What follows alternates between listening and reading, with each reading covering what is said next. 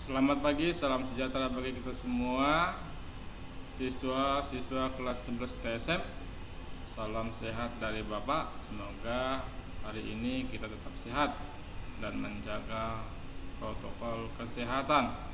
Baiklah, untuk pelajaran hari ini pemeliharaan sasis sepeda motor. Materi yang akan bawakan adalah perawatan berkala peredam kejut. Tujuan pembelajaran, siswa mampu menjelaskan langkah-langkah perawatan berkala sistem peredam kejut pada sepeda motor. Yang pertama itulah memeriksa kelurusan geometri roda. Ya. Jadi anak-anak, untuk memeriksa kelurusan geometri roda perlu dilakukan langkah yang berikut. Yang pertama, luruskan stang setir. Periksa kelurusan antara roda depan dan belakang. Jadi perhatikan roda depan dan belakang ya, dengan meluruskan stang setir. Yang kedua, apabila roda depan dan belakang tidak segaris, periksa posisi chain adjuster. Maksudnya chain adjuster ini adalah penyetel rantai ya. Ini penyetel rantai ada di kiri dan juga di kanan. Jadi itu harus disetel apabila roda depan dan belakang tidak segaris.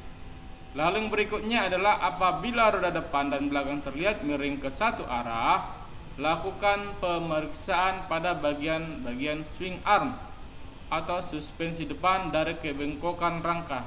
Jadi kalau miring ke salah satu arah, lihat apakah terjadi kebengkokan pada rangka ya. Periksa keadaan pegas suspensi. Ini adalah gambar pegas dari suspensi. Jadi hal yang akan kita lakukan adalah mengukur panjang pegas dalam keadaan terlepas. Jadi jika panjang pegas melebihi ketentuan, pegas harus diganti.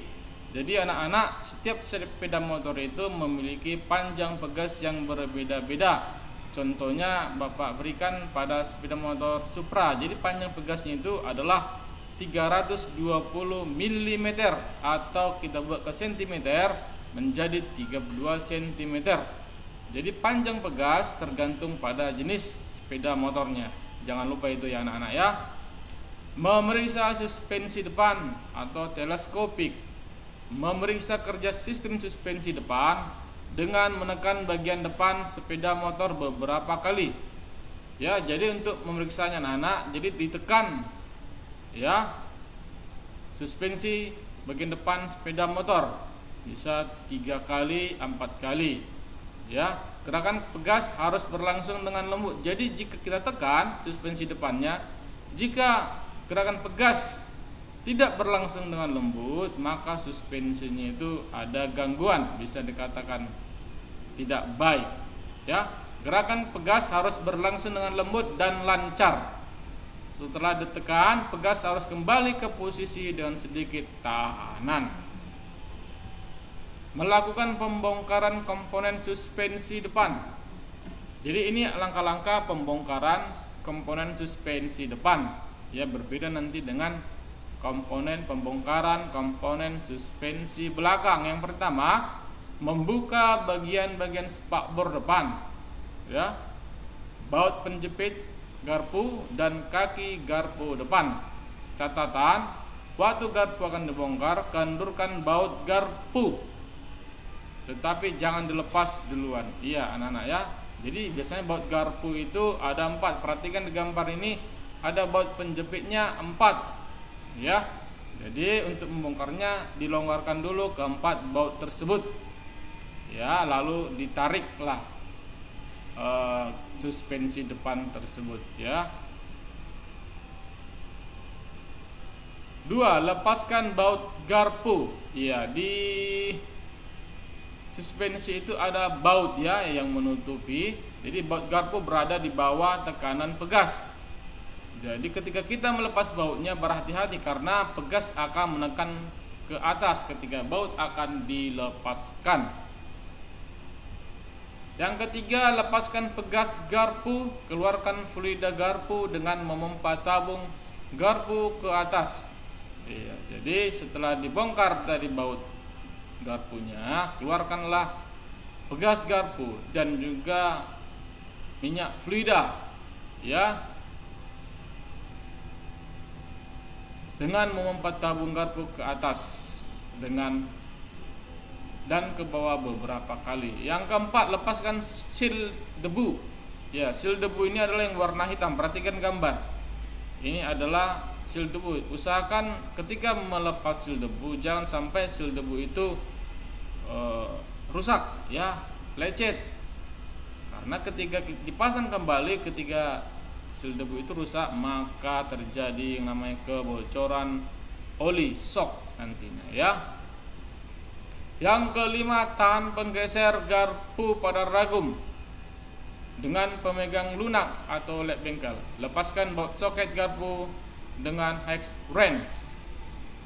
Ya, maksudnya hex wrench ini seperti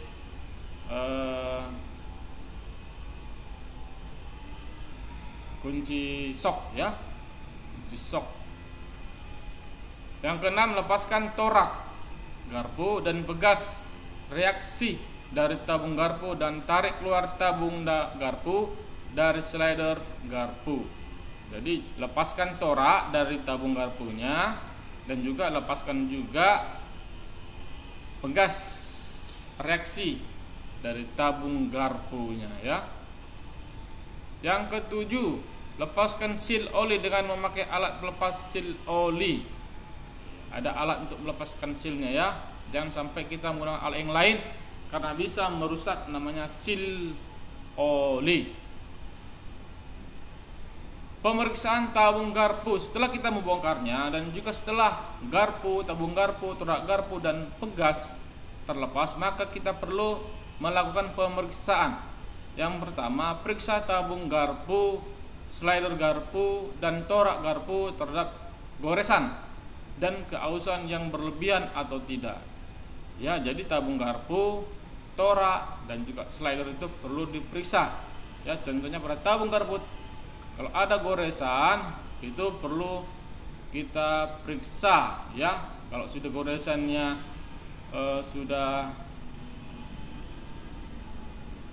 menimbulkan cacat yang dalam pada tabung garpu, itu perlu kita ganti karena akan menimbulkan nanti namanya kebocoran oli shock.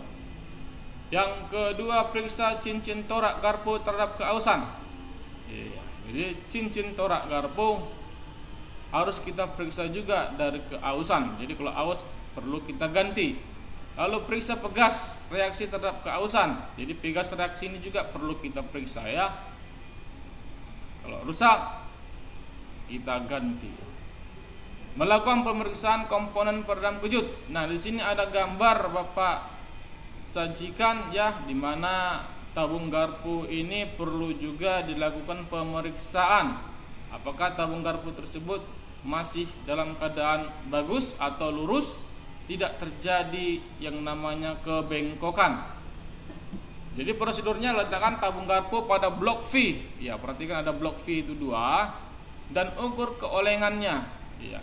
Jadi untuk mengukur keolengan dari tabung garpu, kita menggunakan alat ukur yang namanya dial indikator. Ya, jadi dial indikator kita gunakan. Ya.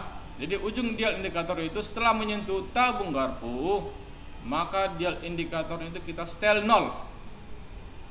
Lalu kita putar tabung garpunya, perhatikan jarumnya. Jika jarum panjangnya masih tetap menunjukkan angka 0, maka tabung garpu tersebut tidak ada kebengkokan. Tetapi jika ada kebengkokan, maka jarum panjangnya itu akan bergerak. Itu menunjukkan terjadinya atau ada kebengkokan pada tabung garpu. Ya, itu tolong diperhatikan, ya anak-anak, ya. Baiklah, untuk saat ini kita masuk kepada tugas. Yang pertama, jelaskan 2 tipe suspensi depan yang dipakai pada sepeda motor. Yang kedua, jelaskan 2 tipe suspensi belakang yang dipakai pada sepeda motor. Yang ketiga, mengukur panjang pegas dalam keadaan pegas terlepas. Jika panjang pegas melebihi ketentuan pegas, harus diganti. merupakan prosedur pemeriksaan dari jenis pemeriksaan titik-titik. Baiklah anak-anak Bapak, jadi materi ini dicatat dan tugas dikerjakan. Pesan Bapak tetap semangat ya, tetap semangat walaupun kondisi Covid masih ada. Jadi akhir Bapak, jadi sampai di sini pembelajaran kita lanjutkan untuk minggu depan.